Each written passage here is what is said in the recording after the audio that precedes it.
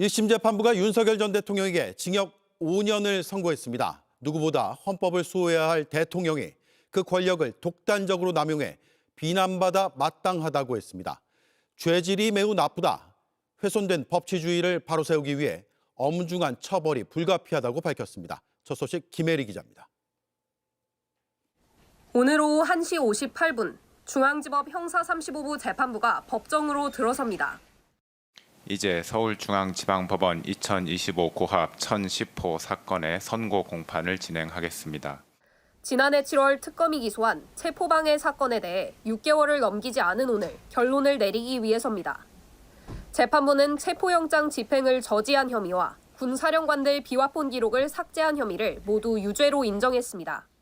경호처 소속 공무원들을 이용하여 자신에 대한 수사기관의 적법한 영장 집행을 저지하거나 증거인멸을 시도하였습니다. 국무회의의 일부만 소집해 국무위원들의 심의권을 침해하고 사후 계엄 선포문에 서명해 허위로 작성했다는 부분도 유죄라고 봤습니다. 대통령으로서는 계엄 선포 여부를 결정함에 있어 국무위원 전원의 의견을 더욱 경청하고 신중을 기하였어야 합니다. 다만 외신에 허위로 공보하도록 한 혐의는 무죄로 판단했습니다.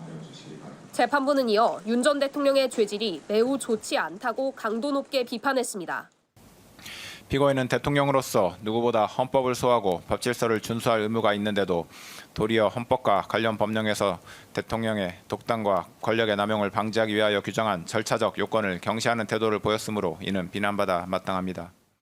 반성이 없는 점도 꾸짖었습니다. 납득하기 어려운 변명으로 일관하면서 자신의 잘못을 반성하는 태도를 전혀 보이고 있지 아니합니다. 훼손된 법치주의를 바로 세울 필요성이 있는 점 등을 더하여 볼 때 피고인에게는 그 죄책에 상응하는 엄중한 처벌이 필요합니다. 징역 10년을 구형한 특검은 5년을 선고한 1심 결정에 불복해 항소할 계획입니다. JTBC 김혜리입니다. 형량을 보면 구형량의 절반인 징역 5년이 나왔지만 판결 내용에 있어서는 분명히 선을 그은 부분들이 있습니다. 그동안 윤 전 대통령은 내란죄 수사권이 없는 공수처가 불법 수사를 했다고 주장했습니다. 하지만 재판부는 내란 우두머리 혐의에 관한 수사권이 있다며 적법하다고 판단했습니다. 공수처의 수사권은 2월에 선고될 내란 재판에서도 핵심 쟁점입니다. 김지훈 기자입니다. 어떻게 보더라도 공수처가 체포영장 등의 집행에 나아간 것은 적법합니다. 오늘 체포방해 재판의 가장 핵심적인 내용은 바로 공수처의 수사권을 인정한 부분입니다. 내란 수사권이 없는 공수처가 내란 우두머리 혐의 수사를 하고 체포영장을 청구하고 집행한 것 자체가 불법이고 무효라는 게 윤석열 전 대통령 주장이었습니다. 공수처는 피고인의 직권남용 권리행사 방해 및 내란 우두머리 혐의에 관하여 모두 수사권이 있습니다. 이렇게 합법적인 체포영장을 막아선 건 중대한 범죄라며 피고인을 질책했습니다.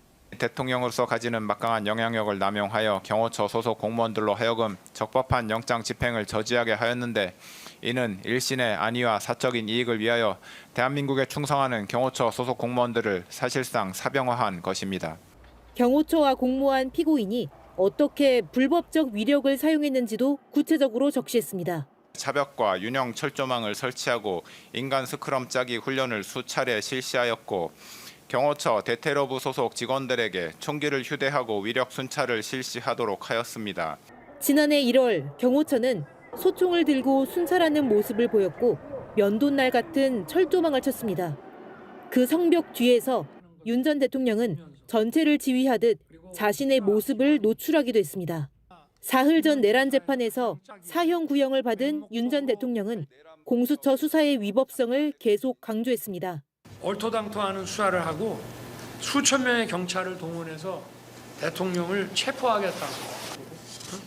이거야말로 정말 내란이라고 하지 않을 수가 없습니다. 하지만 이 같은 논리는 내란 재판 선고로 가는 길목에서 탄핵됐습니다. JTBC 김지윤입니다. 법원 앞에는 오늘도 어김없이 윤석열 전 대통령 지지자들이 나왔습니다. 수천 명이 올 거라고 집회 신고를 했지만 현장엔 훨씬 미치지 못하는 인원만 자리를 지켰습니다. 선고 결과에 반발을 했는데 그마저도 오래가지 못했습니다. 임지은 기자가 취재했습니다.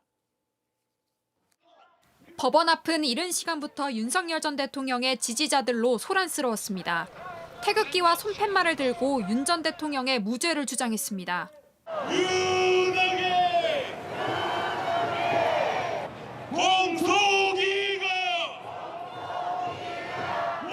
선고 시간이 다가올수록 집회 참가자가 몰릴 것으로 예상됐지만 참여율은 저조했습니다.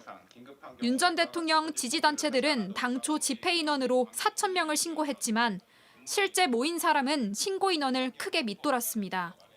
2,000명을 신고한 한 단체는 겨우 10분의 1 정도 자리를 채웠습니다. 저 뒤에 계신 분들 앞으로 좀 나와주세요. 앞에 의자 좀 챙겨주십시오. 징역 5년이라는 선고 결과에 지지자들은 격분했습니다. 선고가 나오자 윤 전 대통령 지지자들은 결과에 납득할 수 없다는 듯이 목소리를 높이며 구호를 외쳤습니다. 말 안 되죠? 당연히 대통령께서 항소하실 거고.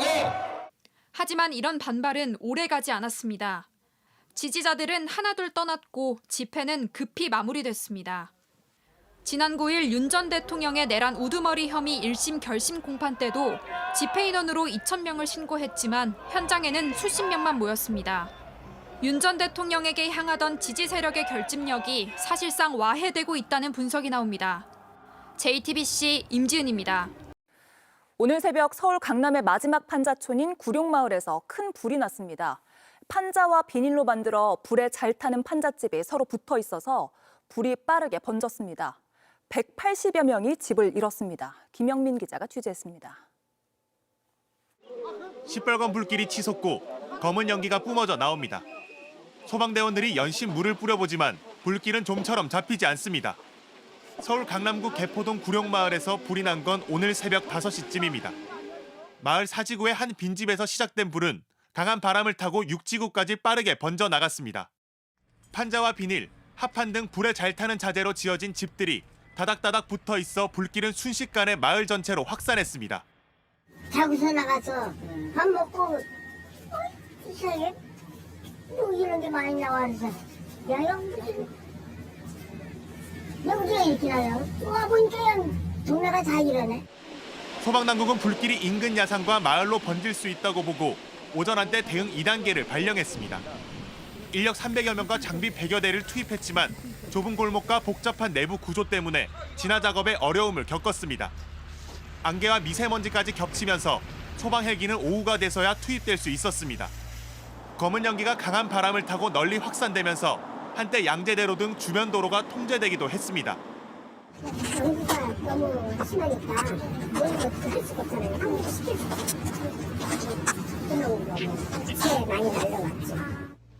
불은 8시간 반 만에 꺼졌고 다행히 인명 피해는 없었습니다. 하지만 집과 살림을 모두 잃은 주민 180여 명은 막막한 처지에 놓였습니다. 공장하고 옷장 안에 있는 옷 주민등록하고 있었는데 지금 하나도 못 건졌습니다. 죽고 싶죠. 지금 나 혼자 사는데. 경찰과 소방은 잔불 정리가 끝나는 대로 정확한 화재 원인과 피해 규모를 조사할 계획입니다. JTBC 김영민입니다.